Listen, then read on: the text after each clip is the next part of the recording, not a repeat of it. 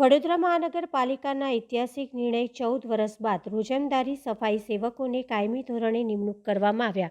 વડોદરા મહાનગરપાલિકાના ઐતિહાસિક નિર્ણય 14 વર્ષ બાદ રોજમદારી સફાઈ સેવકોને કાયમી ધોરણે નિમણૂક કરવામાં આવ્યા. વડોદરા મહાનગરપાલિકાની વડી કચેરી ખાતે મળતી સામાન્ય સભામાં 720 માનવ દિન અથવા કરાર આધારિત પૂર્ણ કરનાર સફાઈ કર્મચારીઓને કાયમી કરવાનો નિર્ણય લેવામાં આવ્યો હતો. ત્યારે આજે 880 રોજંદારી સફાઈ કર્મીઓને કાયમી નિમણૂકી પત્ર એનાયત કરાયા.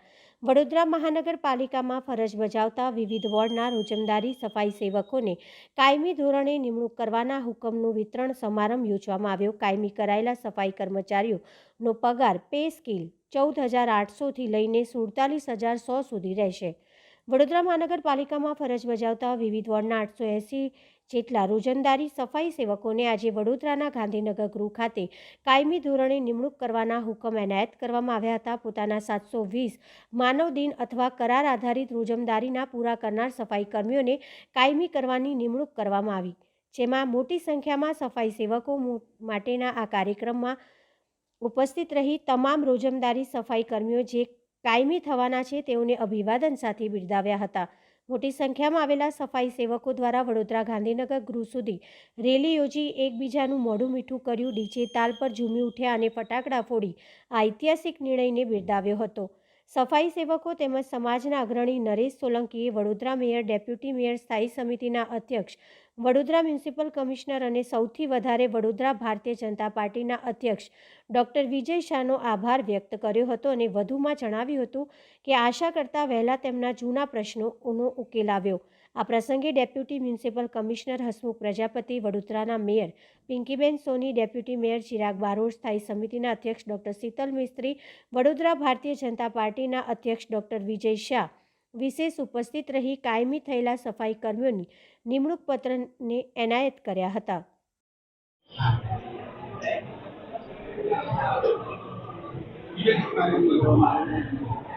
વડોદરા મહાનગરપાલિકા દ્વારા લગભગ 14 વર્ષ પછી સફાઈ કર્મચારી તરીકે જે લોકો માનવ દિન અને કરાર આધારિત સફાઈ કામદારો હતા તેમને રોજંદારી પર અને જે લોકોના 720 દિવસ રોજંદારીમાં પૂર્ણ કર્યા હોય એમને કાયમી કરવાનો ઐતિહાસિક નિર્ણય લેવામાં આવ્યો હતો.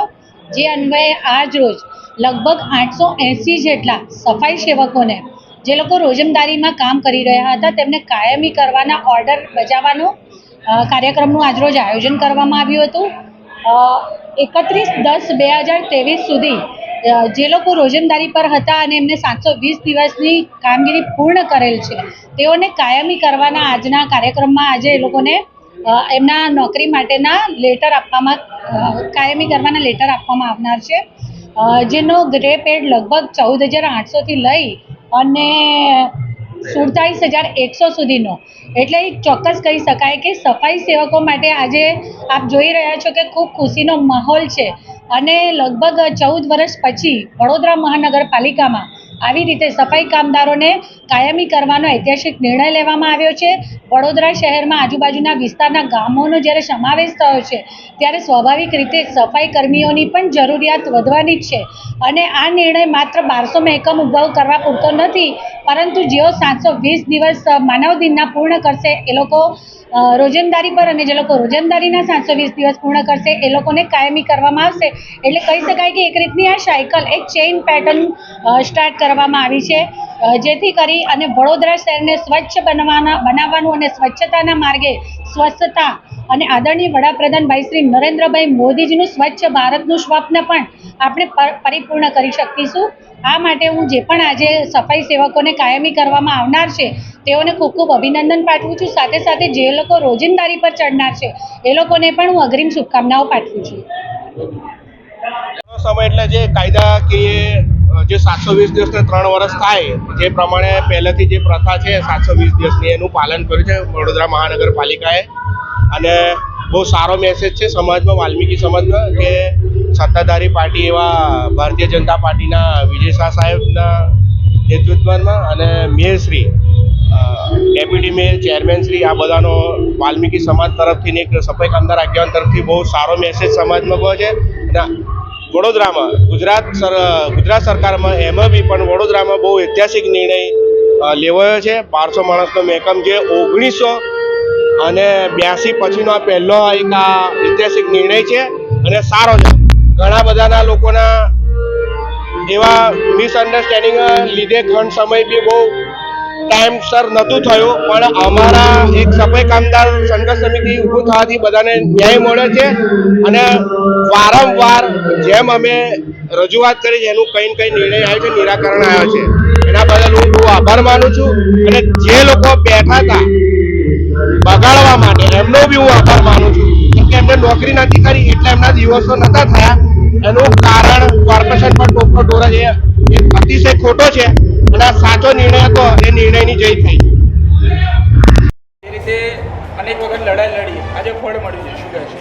બસ વિશેષ કરીને વડોદરા મહાનગરના માનનીય મેયરશ્રી અને વડોદરા શહેર ભારતીય જનતા પાર્ટીના અધ્યક્ષ ડૉક્ટર વિજય શાહ સાહેબ, અને એમાં પણ ખાસ કરીને જેમના માર્ગદર્શન હેઠળ ગુજરાત અને આખો દેશ ચાલતો એવા માનનીય પ્રધાનમંત્રી શ્રી નરેન્દ્ર મોદી સાહેબે જે સફાઈ સેવકો અને આ સમાજ માટે હંમેશા અગ્રેસર રહ્યા છે ને એમના સમાજ માટે વિશેષ લાગણી હોય ત્યારે આજે આ સમાજનો આટલો મોટો નિર્ણય લેવાયો હોય, એમાંય સફાઈ કર્મચારીઓને એકી સાથે આટલા બધા કાયમી ઓર્ડર આપ્યા હોય, તો આનાથી વધારે તો મોટું કયા સમાજ માટે છે નહીં.